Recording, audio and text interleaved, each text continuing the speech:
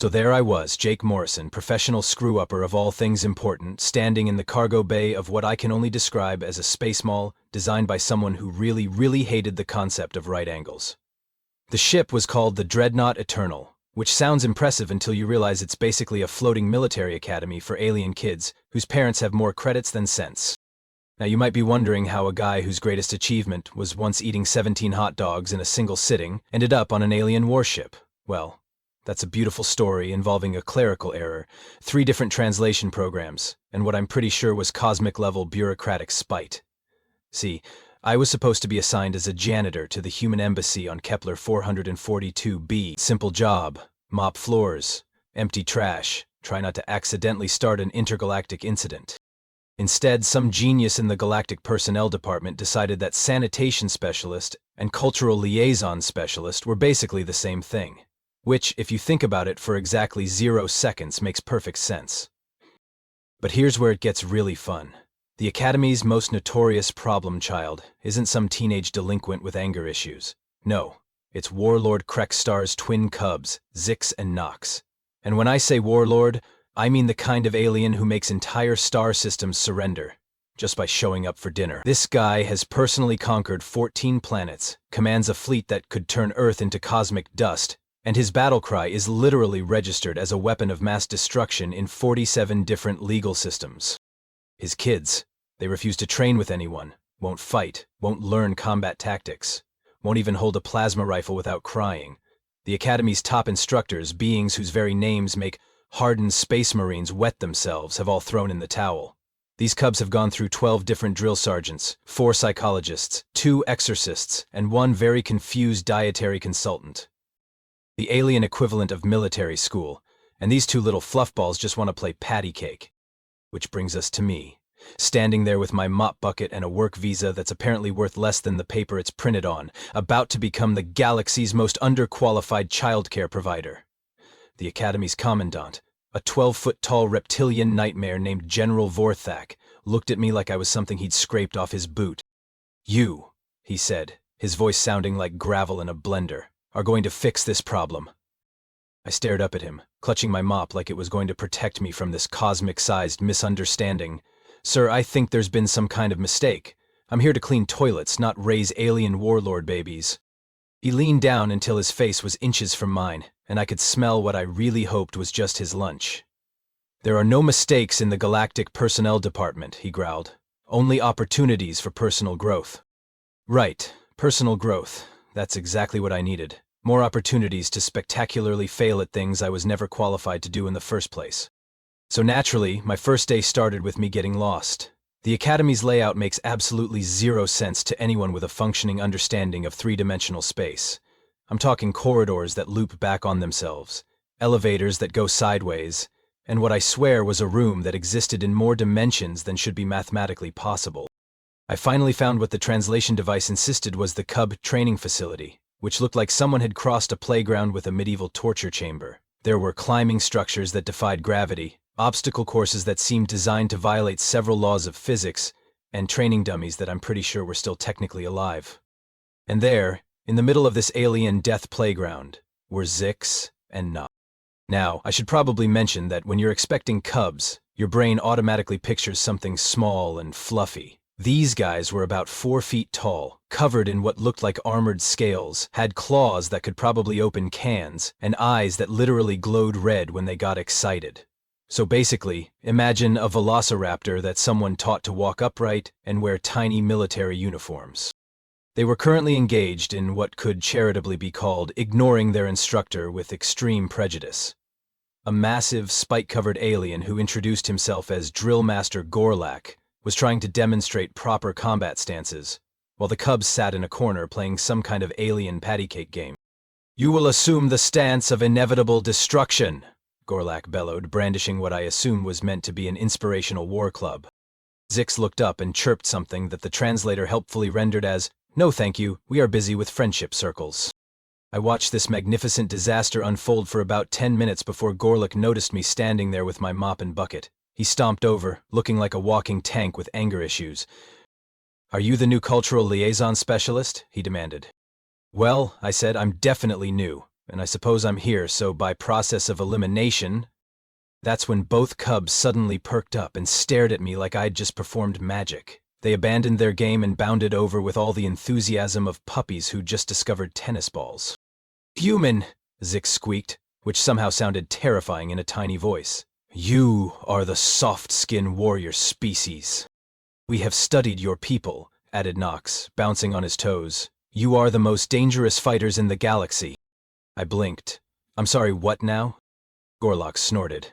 "The cubs have been reading human military history. They believe your species possesses some kind of superior combat techniques." "Oh," I said, relieved. "Well, that's obviously a misunderstanding. Humans aren't particularly—" "Teach us human warfare!" both cubs shouted in unison, their eyes literally lighting up like tiny red suns. And that's how I accidentally convinced two baby alien warlords that rock, paper, scissors was an advanced tactical simulation. Look, I want to be clear about something. When I taught Zix and Nox rock, paper, scissors, I was just trying to keep them occupied for 5 minutes while I figured out how to explain that I was completely unqualified for this job. I certainly wasn't trying to revolutionize alien military training, or become the galaxy's most accidentally successful combat instructor. But apparently, the universe has a sense of humor that makes cosmic practical jokes its full-time hobby. "Observe," Zix announced to a gathering of increasingly frustrated alien drill instructors the next day. "The human has taught us the sacred triangle of strategic dominance." He proceeded to demonstrate rock, paper, scissors with the kind of intensity usually reserved for nuclear weapons negotiations. Nox provided commentary like he was narrating the galaxy's most important sporting event. See how the stone formation crushes the blade configuration but falls to the flexible wrapping technique. It is a perfect representation of battlefield adaptation. Commander Vexner, a battle-scarred veteran who'd survived 3 different galactic wars, watched this display with the expression of someone whose worldview was slowly crumbling. "This is combat training?" "Advanced psychological warfare," I found myself saying, because apparently my mouth had decided to operate independently of my brain. It's all about reading your opponent's intentions and adapting your strategy in real time. Which, if you think about it, isn't technically wrong, but explaining that to a room full of alien warriors who could bench press small moons was getting increasingly awkward.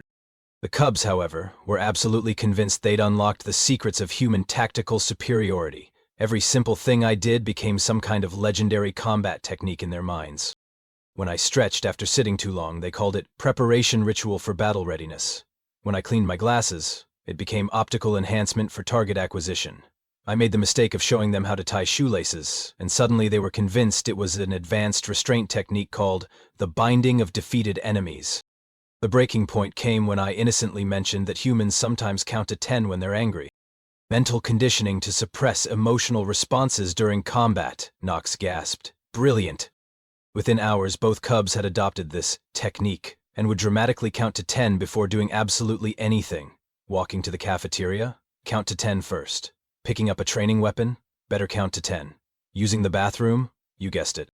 The other instructors were losing their minds. Master Sergeant Krolthok, whose idea of gentle encouragement involved small, controlled explosions, cornered me after the cubs rejected another traditional combat lesson in favor of learning more human techniques. "What exactly are you teaching them?" he demanded, his 4 eyes glowing with barely contained frustration.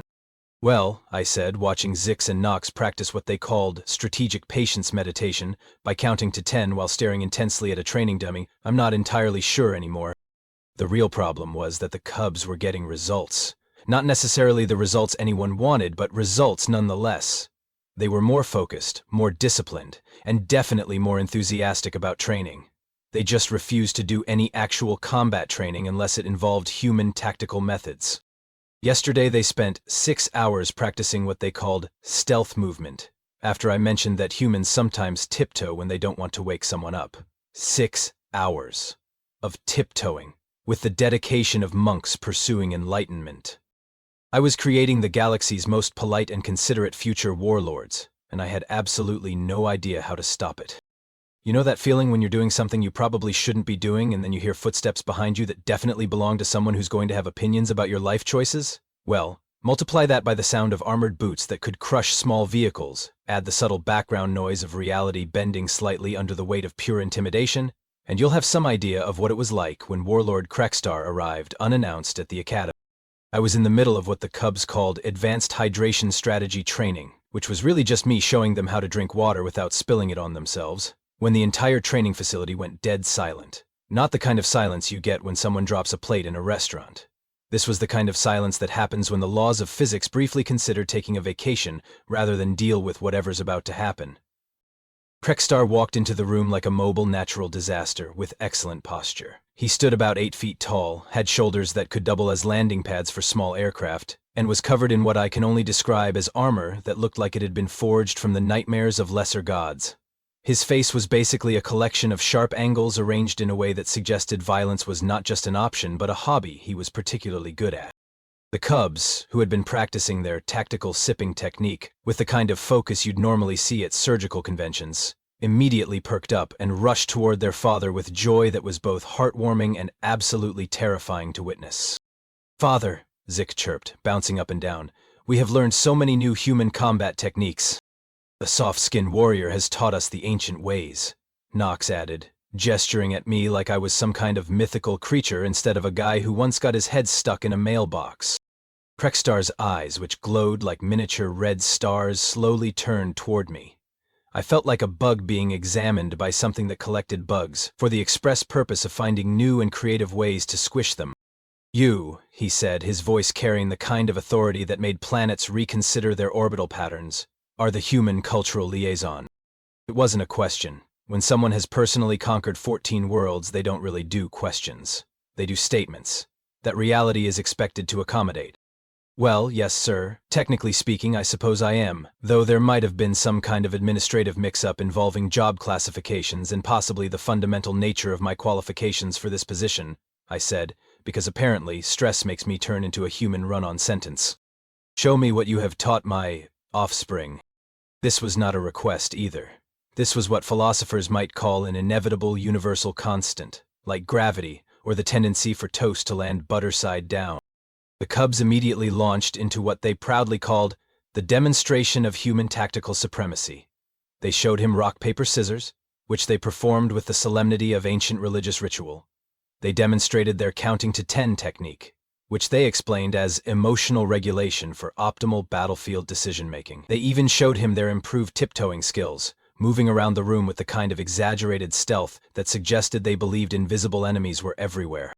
Krekstar watched this entire display with the expression of someone watching their life's work being reinterpreted by enthusiastic amateurs. His face went through several emotions, most of which involved varying degrees of confusion, punctuated by what I was pretty sure was the early stages of a migraine that could be seen from orbit.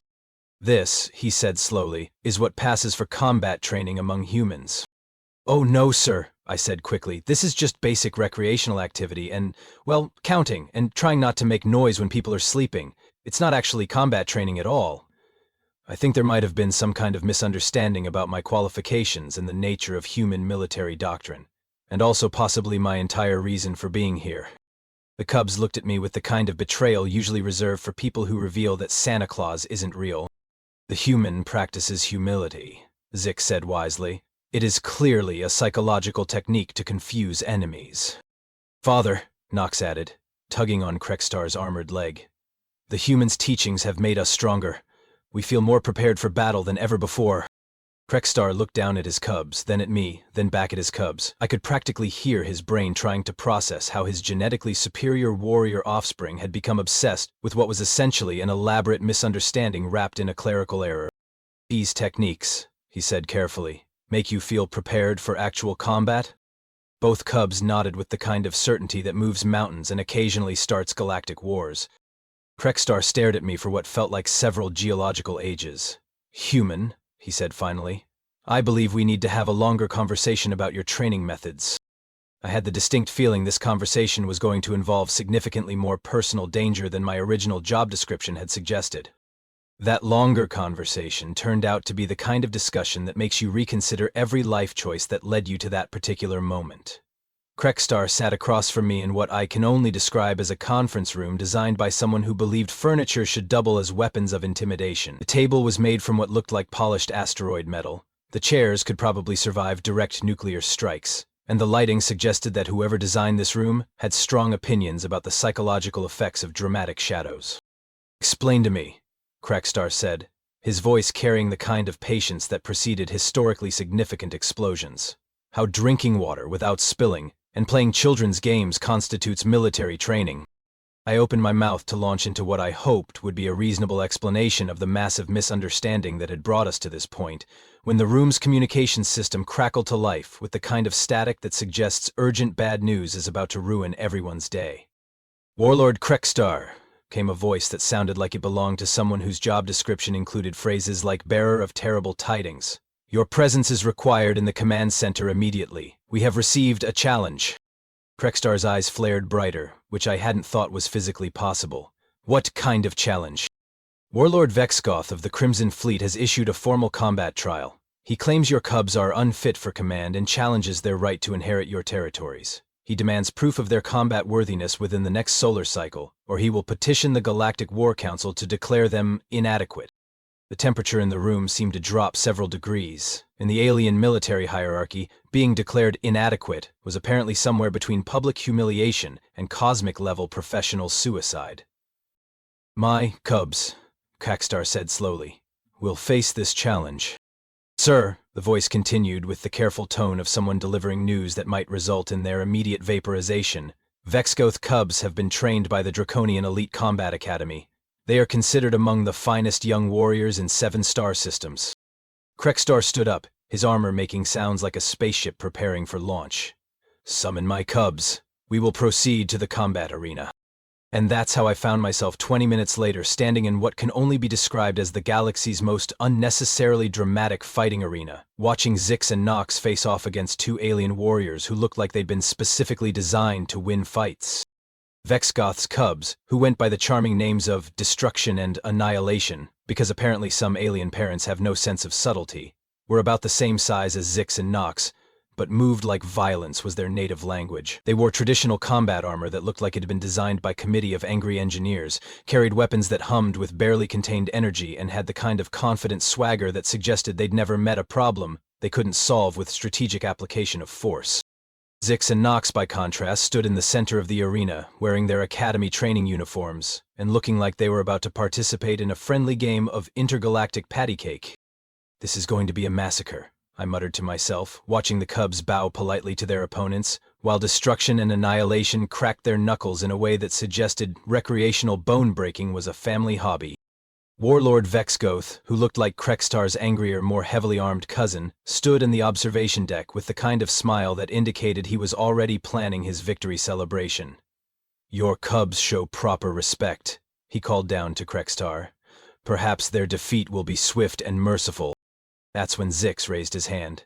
"Excuse us," he called out politely, "but before we begin we must complete our pre-combat preparation ritual." He and Nox then proceeded to count to 10, out loud, with the kind of deliberate focus that suggested they were defusing a bomb, rather than participating in what was basically alien gladiatorial combat. Destruction and Annihilation looked at each other with the confusion of professional fighters suddenly faced with opponents who seemed to be operating according to completely different rules of reality. "What are they doing?" Vexgoth demanded. "Mental conditioning," Krekstar replied, and I swear I heard something like pride in his voice. "Human tactical preparation." When the cubs finished counting, they assumed what they called strategic observation positions, which was really just them standing very still and staring at their opponents with the kind of intense focus usually reserved for final exams. "We are analyzing your combat patterns," Nox announced helpfully. "Please begin your attack sequence." Destruction and Annihilation, clearly thrown off by this unexpected politeness in what was supposed to be a death match, hesitated for just a moment. In that moment, Zix made his move. He walked directly up to Destruction, stopped about 3 feet away, and held out his hand in what was unmistakably the opening position for rock, paper, scissors. "We challenge you to the sacred triangle of strategic dominance," he said solemnly. What happened next was either the most brilliant psychological warfare I'd ever witnessed, or the luckiest accident in galactic military history. Destruction, faced with this completely unexpected development, instinctively responded by holding out his own hand, apparently operating on some kind of automatic reflex that suggested even alien warriors recognized the universal nature of playground games. Zix immediately launched into rapid-fire rock, paper, scissors with the kind of intensity that made it look like the fate of civilizations hung in the balance. Destruction, caught completely off guard, found himself frantically trying to keep up with what appeared to be some kind of advanced tactical simulation he'd never encountered before. Meanwhile, Nox had engaged Annihilation in what he called stealth movement evaluation, which involved him tiptoeing in increasingly complex patterns around his confused opponent while providing educational commentary about optimal sound minimization techniques for battlefield infiltration. "Observe," Nox said, executing a tiptoe maneuver that would have made ballet dancers weep with envy, "how proper foot placement allows for maximum mobility with minimal acoustic signature." Annihilation, a warrior trained from birth in the art of combat, found himself unconsciously trying to copy these movements, apparently convinced that he was witnessing some kind of advanced alien fighting technique that his traditional training had never covered. The entire arena had gone silent except for Nox's educational narration and the rapid-fire sound of Zix's tactical rock-paper-scissors match. In the observation deck, Vexgo stared down at the arena with the expression of someone whose understanding of reality was undergoing rapid and unwelcome revision. "What is happening?" he whispered. Krexstar leaned forward, watching his cubs turn what should have been a straightforward combat trial into something resembling a cross between advanced military training and the galaxy's most polite educational seminar. "Human warfare," he said quietly. "I am beginning to understand." That's when Zix won his rock-paper-scissors match with a triumphant paper-beats-rock victory, causing Destruction to stare at his own hand like it had personally betrayed him. And Nox completed his stealth demonstration by tiptoeing directly behind the still confused Annihilation and tapping him gently on the shoulder. Both of Vexgoth's cubs stood there, looking like they'd just had their fundamental understanding of combat turned inside out and handed back to them with a polite note explaining why traditional fighting techniques were apparently obsolete. "We have demonstrated superior tactical awareness and strategic adaptation," Zix announced to the arena. "Do you yield, or would you prefer additional educational demonstrations?" Destruction and Annihilation looked at each other, then at their father, then back at the cubs, who had just redefined their understanding of what constituted a fair fight. Destruction started, then stopped, clearly struggling with concepts his military education had never prepared him for. "We yield?" The arena erupted in confused cheering from spectators who weren't entirely sure what they'd just witnessed, but were reasonably certain it had been historically significant. In the aftermath of what historians would probably call the Great Tactical Misunderstanding of the Galactic Standard Year 4387, I found myself sitting in Krexstar's private chambers, watching the most feared warlord in 7 star systems try to process what his children had just accomplished. The room was decorated with the kind of war trophies that suggested Krexstar's interior design philosophy involved a lot of conquered enemies and a deep appreciation for intimidating furniture. Weapons from defeated civilizations lined the walls, battle standards from fallen empires hung from the ceiling, and there was what appeared to be an entire defeated spaceship serving as a coffee table. Zix and Nox sat across from us, still glowing with pride from their victory, completely oblivious to the fact that they'd just revolutionized galactic military theory through what was essentially an elaborate case of cultural mistranslation. "Father," Zix said, bouncing slightly in his chair, "the humans' teachings proved most effective. Our opponents were completely unprepared for advanced psychological warfare tactics. The stealth techniques were particularly successful," Nox added, demonstrating his tiptoeing form for the benefit of everyone present. "Traditional combat training clearly lacks proper emphasis on acoustic signature minimization." Krexstar looked at me with an expression that seemed to be cycling through several different emotions, most of which involved varying degrees of bewilderment mixed with what might have been grudging admiration. "Human," he said slowly, "I believe I owe you an apology. When I first learned of your unconventional training methods, I assumed my cubs were wasting time with frivolous activities.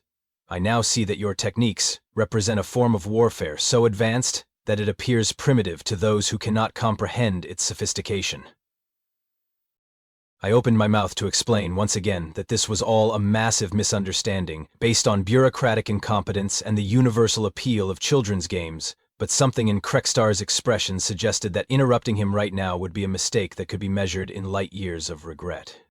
"Your cubs," he continued, turning to address empty air because apparently Vexgoat had left the building immediately after witnessing his genetically superior warriors lose a fight to what he probably thought was advanced alien psychology, "have achieved something remarkable. They have learned to weaponize the unexpected." "That's..."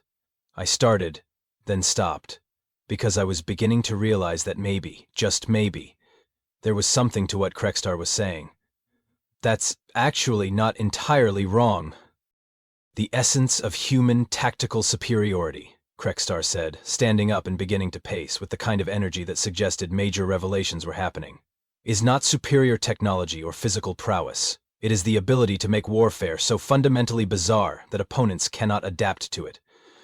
He gestured toward his cubs, who were now practicing rock, paper, scissors with the solemn dedication of monks pursuing enlightenment. Consider what happened today. My cubs faced opponents trained in conventional combat tactics, weapons usage, and traditional military strategy. And they defeated them, not through superior force, but by engaging in activities so completely outside the normal parameters of combat that their enemies were rendered functionally helpless. I watched Zix execute what he called a tactical paper formation with the kind of focus that suggested the fate of civilizations hung in the balance, and slowly began to understand what Krextar was getting at. You're saying that the reason it worked, I said carefully, is because it was so completely unexpected that nobody knew how to respond to it. Precisely! Krextar's eyes lit up like miniature suns experiencing sudden enlightenment. Human warfare is not about following established protocols or demonstrating superior martial skills. It is about creating situations so unprecedented that enemies have no framework for response. He pulled up a holographic display that showed what appeared to be historical human military conflicts, though I was pretty sure his information sources had some interesting gaps in their data collection. Look at human military history, he said, gesturing at images that I'm reasonably certain had been generated by someone who'd read about human warfare through several layers of translation, and possibly while under the influence of mind-altering substances. Your species consistently defeats superior opponents through the simple expedient of doing things that make no sense, according to established military doctrine. The hologram showed what was apparently meant to be human soldiers engaging in what the display labeled as advanced demoralization techniques, but which looks suspiciously like people playing various games and engaging in casual conversation during what were supposed to be life-or-death situations.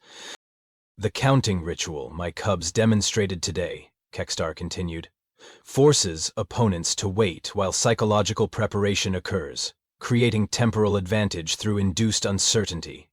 The hand gesture combat sequence establishes mental dominance through rapid decision-making under pressure. The acoustic signature minimization techniques demonstrate superior environmental awareness and stealth capabilities. I stared at him. You're saying that my cubs accidentally became military geniuses by learning to play rock, paper, scissors and walk quietly. Not accidentally, Krextar corrected. They learned these techniques from a human cultural liaison specialist, someone whose job it is to understand the deepest levels of human tactical thinking. And that's when I realized the beautiful, terrible truth of my situation. The Galactic Personnel Department hadn't made a mistake. They had looked at my resume, seen sanitation specialist, and somehow concluded that anyone whose job involved cleaning up other people's messes must possess advanced skills in dealing with complex, unpredictable situations. In their alien logic, a janitor was essentially a tactical problem solver whose expertise involved restoring order to chaotic environments, using whatever tools were available. Which, when you think about it from the perspective of beings whose military careers involved straightforward conquest and traditional battlefield tactics, probably did seem like a form of advanced strategic thinking. Sir, I said slowly, I think there might be something you should know about human military training and also about my actual qualifications for this position. Krextar held up a hand. Human, your modesty is admirable, but the results speak for themselves. In one solar cycle, you have transformed my cubs from reluctant trainees into warriors capable of defeating opponents through pure psychological superiority. Word of today's demonstration has already spread throughout the Academy. He activated another holographic display, this one showing what appeared to be a waiting list with several hundred names on it. Every major family in the Galactic Military Alliance has requested that you train their offspring in human tactical methods. You have become the most sought-after military instructor in known space. I looked at the list, then at the cubs, who were now teaching each other increasingly complex variations of rock, paper, scissors. Then, back at Krextar, who was regarding me with the kind of respect usually reserved for legendary military strategists. So, I said, hypothetically speaking, what would happen if it turned out that everything I've been teaching your cubs was actually just random human recreational activities with no military significance whatsoever? Krekstar considered this question with the seriousness of someone pondering the fundamental nature of reality. Then, he said finally, you would have proven that human tactical superiority extends beyond conventional warfare, into the realm of making victory possible through activities so fundamentally non-military that they transcend traditional combat entirely, which would make you an even more remarkable instructor.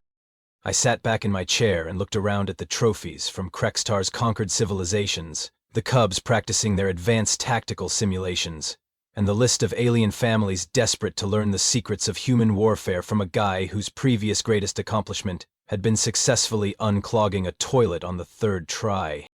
You know what? I said. I think I'm starting to understand this job after all. And that's how I accidentally became the galaxy's leading expert in psychological warfare, through recreational activities, proving once and for all that the universe's sense of humor operates on a scale that makes human comedy look like a warm-up act for cosmic absurdity. Somewhere in the Galactic Personnel Department, some alien bureaucrat was probably getting a promotion for their brilliant insight into human tactical capabilities. And honestly, they deserved it. After all, they had figured out that the best way to teach alien warriors how to win fights was to hire someone whose job it was to clean up messes and make them go away. When you think about it like that, maybe they knew exactly what they were doing all along.